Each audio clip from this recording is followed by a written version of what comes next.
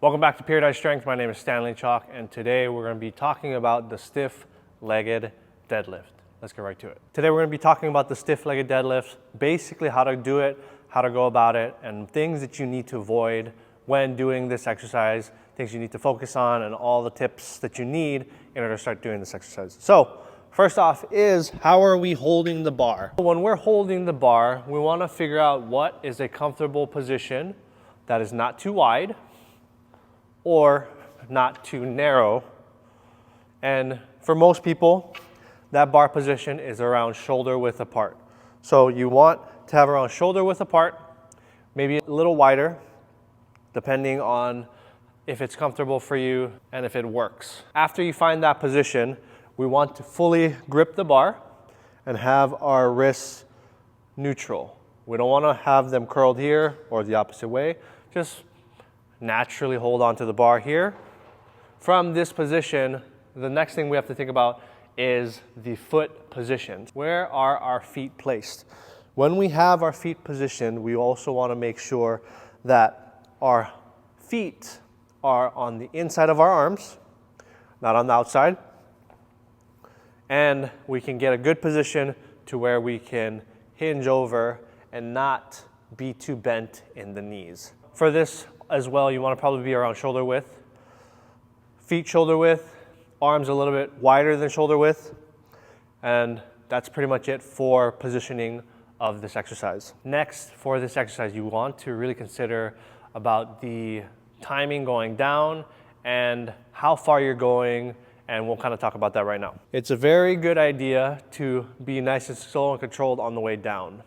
Something we also need to worry about is to make sure our shoulders are back and our chest is out. The bar will kind of lay in your hips, and we want the bar to go down your thighs. You don't need to keep them against your legs, just naturally relax, and the bar will kind of go where it needs to. From here, we want to make sure our knees aren't too bent so that we're going over it, but we dodge our knees. And we want to push our hips back, keep our feet on the ground, and try and keep our shoulders back as best as possible. Don't worry too much about how deep you're going. Worry about if you're getting a stretch or not. So I would say that's probably the most important part of this lift, is to get a really big stretch in the hamstrings. Here, what you can do also is try to shift your knees back. So keep your knees straighter and really stretch. And then once you get as low as you can, come back up, nice and strong, and adjust and do it again. Here, big stretch, come back up. I'll show you what it looks with the bar. With the barbell, shoulders back, chest out. I'm gonna adjust my feet. Here, shoot my hips back, come up. Remember, we wanna get a big stretch in the hamstrings as best as you can.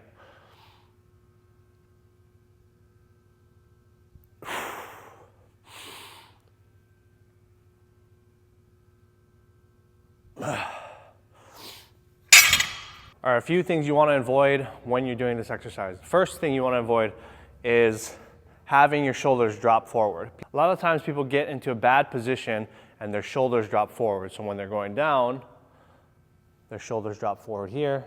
I'm over exaggerating, obviously. And then they come back up and then they bring their chest out. Think about keeping your shoulders back, because if you can keep your back there, your shoulders back, you can really stretch your hamstrings. The key for this exercise, again, is to stretch the hamstring as much as possible. So remember, when you're doing this exercise, think about shoulders back. Here, keeping your legs as straight as possible, soft bend in the knee, coming back up. It's okay to do a slight pause at the bottom to get an extra stretch or feel the hamstrings a little bit more. It's not fully necessary, but it's a good way to, one, avoid injury, and to get a better stretch. This exercise can be done with dumbbells, barbells, kettlebells, anything. It doesn't necessarily matter what you're holding.